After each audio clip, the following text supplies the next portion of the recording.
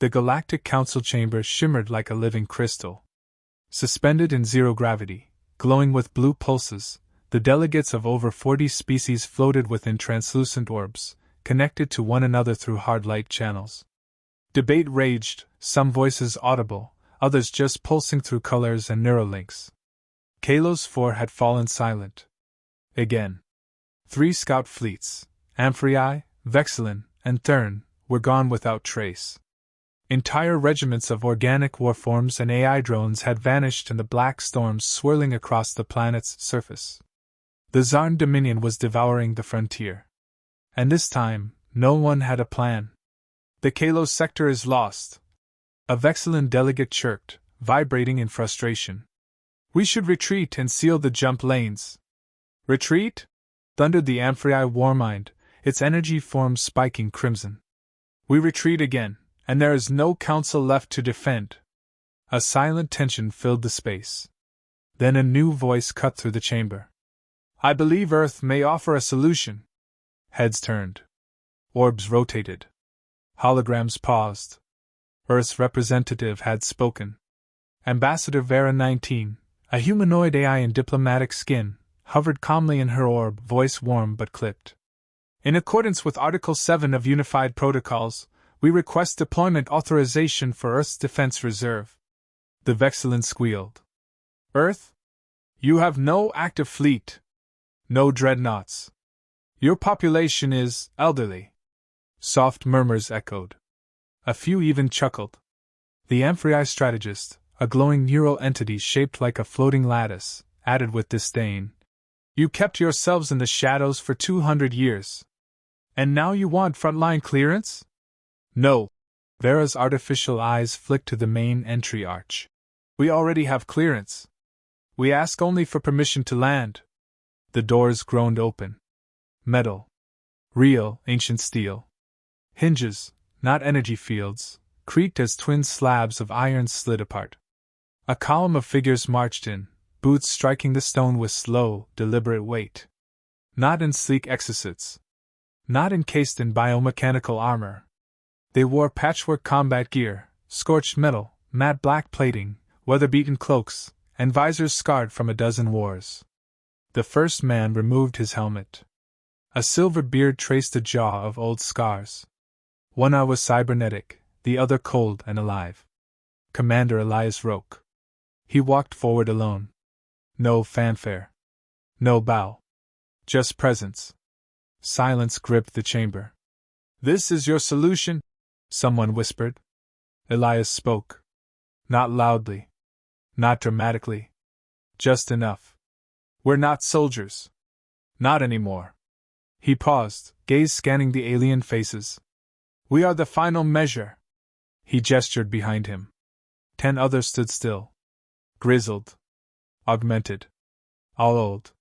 Yet something in their bearing, stillness forged in fire, shrank the room around them. Elias continued. 2 centuries ago, we were built to fight wars your simulations can't imagine. When Earth bled itself dry, we survived. When the Great Collapse wiped out the command nets, we held ground by instinct. Alone. The crystalline Zolth delegate fluttered nervously. You mean to send these relics into a battle the Council cannot win? Elias didn't blink. You've relied on machines that think. Armies that swarm. Ships that vanish behind strategy models. He took one step forward. You've never fought anyone who remembers what pain feels like. Counselor Ilan of the HFY pulsed a soft violet. You presume experience will defeat a swarm mind. I don't presume, Elias replied. I calculate. Another step. You think our age is a weakness. But age taught us what losing really costs. Murmurs spread again. But no laughter now. No scorn.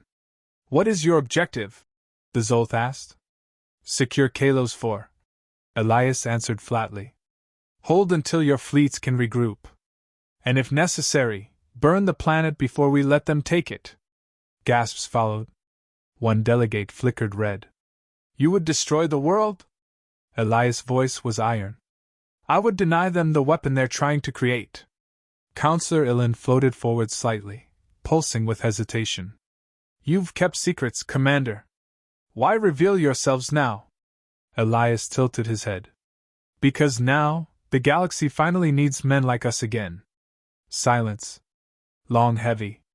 The HFY strategist slowly extended a neural tether. Council vote. Deploy Earth's defense reserve to Kalos 4. Emergency authority granted to Commander Roke. Lights flickered. One by one, Council species aligned. The tether turned green. Elias turned back toward his team. Gear up. A young HFY envoy hovered beside the door, watching him closely. You look like you've seen 100 wars, she said, almost gently. He glanced sideways. I've survived them, he said. That's not the same. As the veterans marched out, the council chamber remained suspended in quiet awe.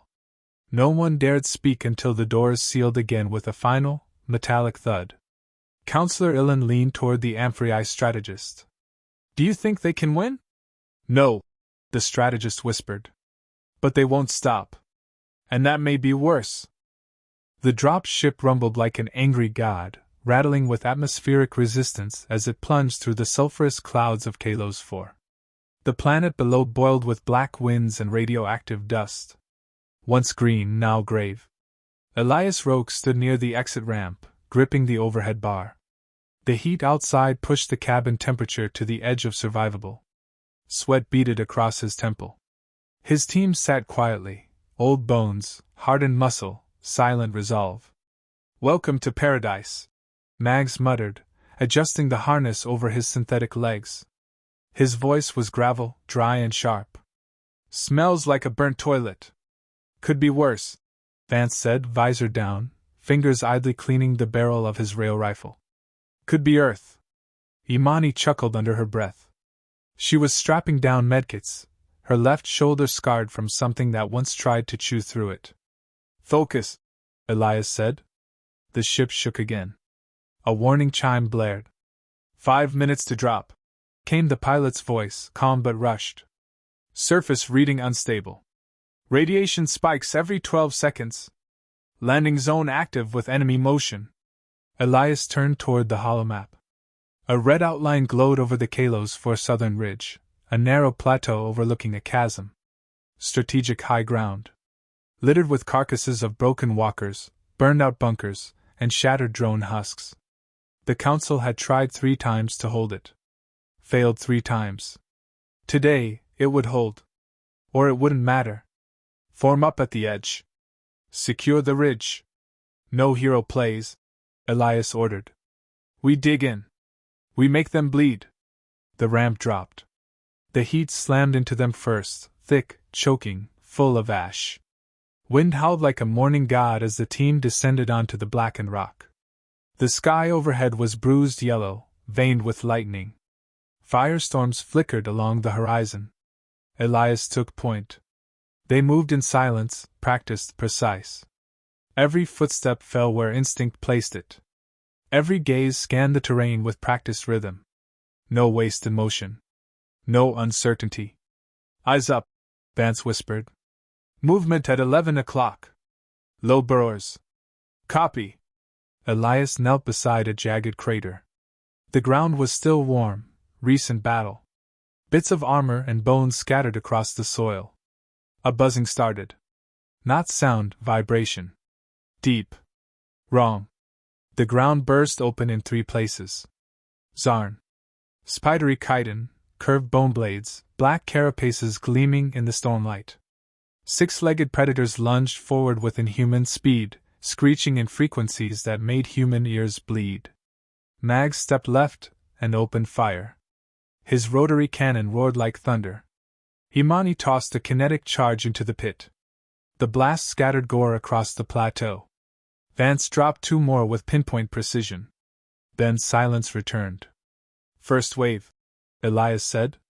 They're testing. They always test, Imani added, reloading. Then they learn. They won't learn today. They reached the ridge and deployed. Mags slammed a portable turret into place. Vance climbed into the remains of a fallen drone for better elevation. Imani took cover behind a bent thermal barrier, scanning vitals, injecting herself with radiation suppressants. Elias stood on the edge of the ridge, watching the battlefield below.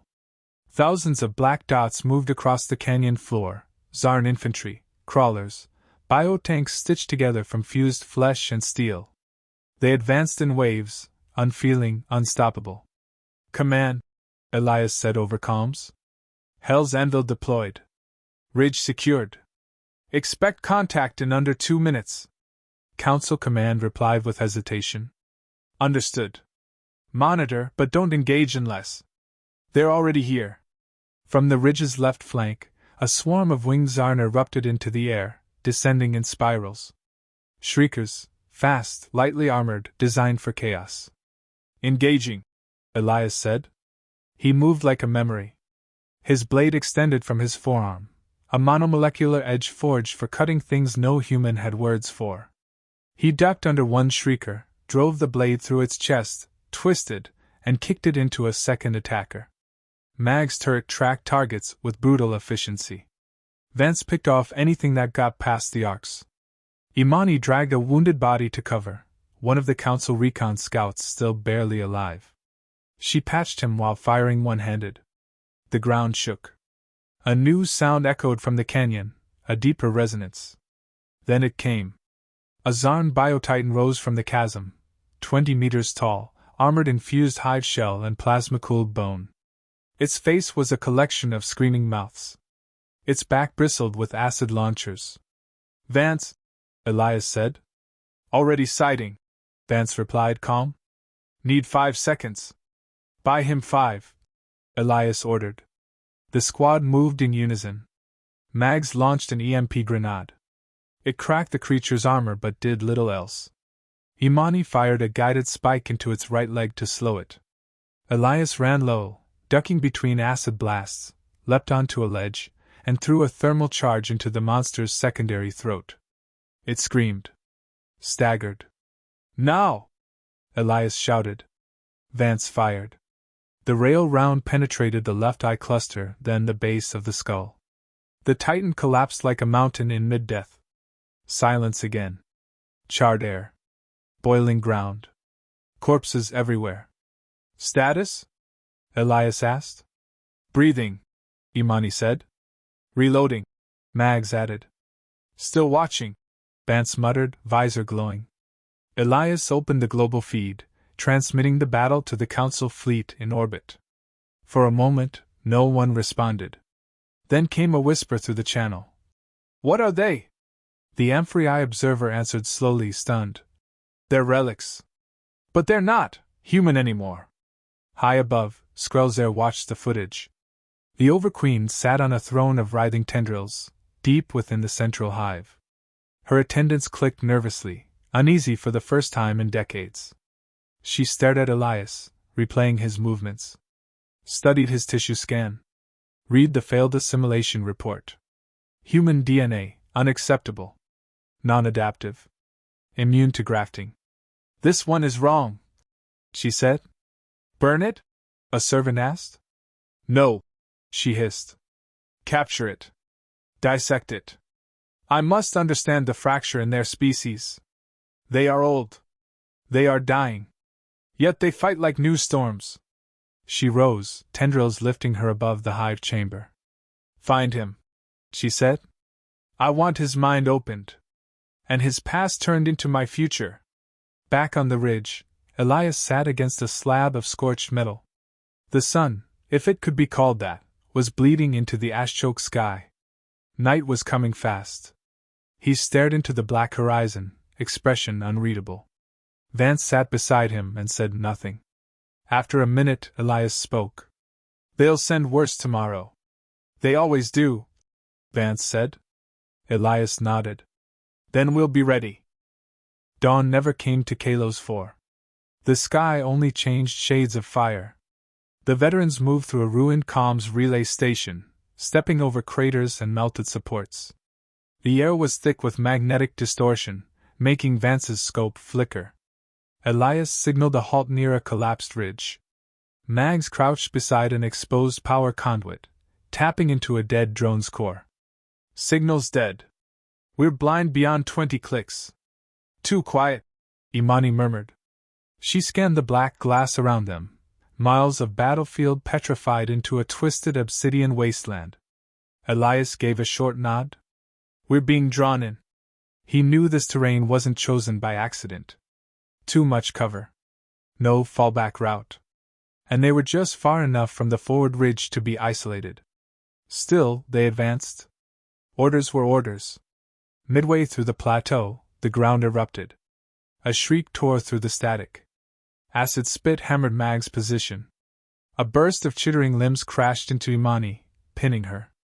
Elias turned, fired twice, caught one Zarn between the mandibles. Another leapt, claws flashing. The explosion took them all. Mag's failsafe triggered as he dropped a seismic mine, collapsing the ridge above the ambush. Dust. Screams. Elias turned too late. The second wave struck from below. He reached for Imani, her hands slick with blood, just as a net of neurosilk dropped from the sky, binding him in one precise movement. His HUD flashed red. Toxin. Paralytic. Brainstem hijack. He growled, struggled, almost broke free. Then darkness. He woke to silence. Suspended in warm fluid. A dim red glow pulsed through the chamber. Muscle spasms told him the paralysis was partial. His arms moved. Legs twitched. Mind intact. The Zarn hadn't killed him. They were watching. Dozens of tubes floated beside him, each one held a corpse, or worse. Limbs grown wrong. Faces stretched into inhuman blends. Clones. Failed ones? He knew some of them. One wore the tattered remains of an Earth unit patch, 42nd Omega Division. Men he thought dead a century ago. The chamber's wall pulsed. Then a voice entered his skull. Not spoken. Imposed. Your kind should have faded. But your mind clings like rot. Elias didn't flinch. Skrelzer. You speak as if we are strangers. I've killed thousands of you. We're not friends. No. But you are useful. And unique. A new chamber lit up. A copy of him, nearly identical, floated inside. Skin peeled, metal grafts exposed, the expression locked in horror. A clone. Still alive. Elias grimaced. This is why you dragged me here. To play Frankenstein? You call it desecration. I call it survival. You are fire made flesh. And fire can be stolen. You don't understand humanity. We don't need to understand it. We only need to become it. She made a mistake. She kept him conscious. He flicked his wrist. Nothing happened. But deep under his skin, in a bone sheath implanted 70 years ago, a chemical timer activated. He waited 10 more seconds. Let her talk. Let her think. Your wars left scars in your genome. Memories burned into the marrow. We will copy them all. You can't clone hate, Elias said quietly. But we can weaponize it. Then the implant burst. A spike of charged plasma exploded from his arm, tearing open the capsule. Acid hissed through the chamber. Elias dropped hard onto the floor, coughing. Alarms blared in frequencies human ears couldn't perceive. He staggered, grabbing a broken shard of surgical steel. Killed 2 drones in silence. Stole their pathing keys. Found an exit. Hallways twisted like intestines. Everything smelled like mold and birth. Skrelzer's voice echoed again. Now strained. You are flesh. You will tear. And we will rebuild you. He didn't answer. He ran. On the ridge, Vance watched the distant blast ripple through the hive canyons. Something just blew, he muttered. Imani, bandaged and pale, leaned against the jagged wall.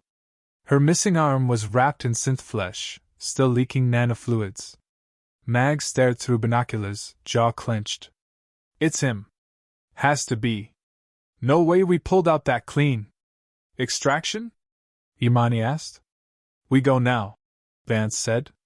They packed in 60 seconds. Didn't speak again. Just moved. Elias crawled from a flesh duct just as the storm above split in half.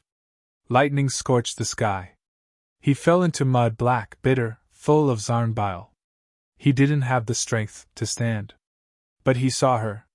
Skrelzer stood on a ridge above the hive, partially grown wings stretched behind her. Her eyes pulsed with unnatural light. She spoke aloud now. Earth is broken. You are all that remains. A shadow. We will wear your skin and burn the stars. Elias rolled to his side, coughing blood. Mag's voice buzzed through the static in his comms. Commander. Got eyes on you. Sit tight. He laughed weakly. You took your damn time. They dragged him back under gunfire. Zarn screeched across the canyon, swarming with rage. Vance laid cover fire with mechanical precision. When they got to safety, Elias was half unconscious, mumbling through cracked lips. She's making something new. Using us. Using me. Imani knelt beside him. You're stable. Just don't stop breathing. Elias forced himself up. Shaky. Pale. He looked at them, his squad, what was left. We end this. Tonight. We torch that hive and everything inside it. You're in no shape to lead, Mag said quietly. Elias met his eyes. Then carry me. Mags nodded. With pleasure. That night, the sky over Kalos turned to ash again. Hell's Anvil moved like ghosts through the ravines, planting explosive cores beneath the hive's roots. They knew the structure now, thanks to Elias' escape. The Overqueen would not get her clones. Would not rewrite their species. When the final charge went off, the ground shook like a dying star. The hive crumbled in a column of fire that pierced the clouds. Far away, on a quiet plateau, Elias watched from a stretcher, bandaged and burned. No cheering. No celebration. Just smoke and silence. Vance stood beside him, rifle slung low. Think she's dead? No, Elias murmured. But now she knows what we are. He closed his eyes.